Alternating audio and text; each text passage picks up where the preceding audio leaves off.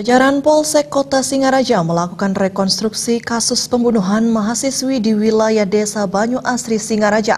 Dalam rekonstruksi tersebut, sebanyak 50 adegan diperankan tersangka.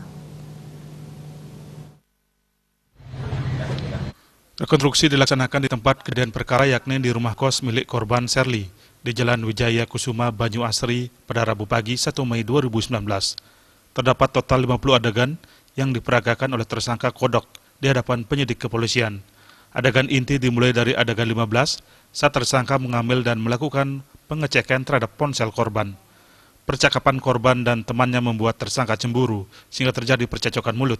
Akibatnya tersangka dan korban saling tarik rambut. Kemarahan tersangka tak terbendung ketika korban sempat menampar tersangka.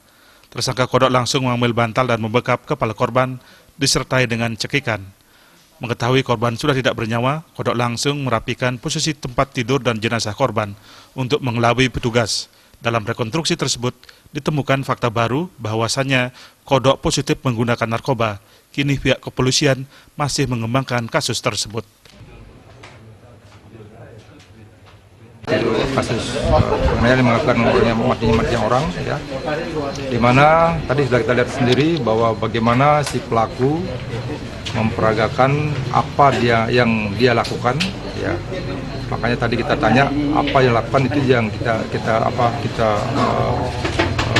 foto, kita dokumenkan, ya. Jadi ada rekayasa lakukan baik dari kedatangan mereka pelaku, bagaimana dia mati korban dalam, bagaimana prosesnya sampai melakukan pembunuhan dan sebagainya, motifnya apa, mungkin akan sudah jelas tadi, ya, sehingga nanti akan membuat terang lah kasus ini, karena dari rekan kita juga sudah hadir di sini sebagai penuntut umum, ya.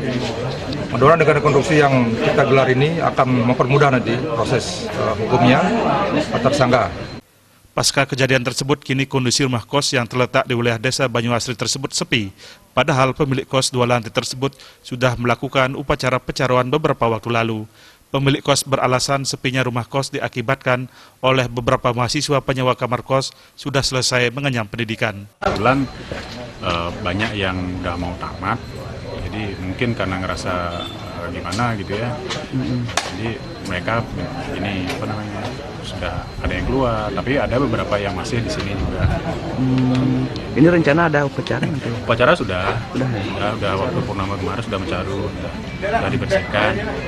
Ya nanti mungkin karena baru dibuka nih ya, karena kemarin kan masih ada di disita ya Islam. Jadi sementara upacaranya mencaru biasa. Kemudian nanti setelah niki sudah selesai niki baru di upacara yang lebih besar lagi. Sekalian lah supaya kalau orang Bali kan ya arsigana gitu. Akibat perbuatannya pelaku disangkakan pasal 338 KUHP dengan ancaman hukuman 15 tahun penjara atau penganiayaan sesuai pasal 351 ayat 3 KUHP dengan ancaman hukuman 7 tahun penjara. Komang Yuda, Bali.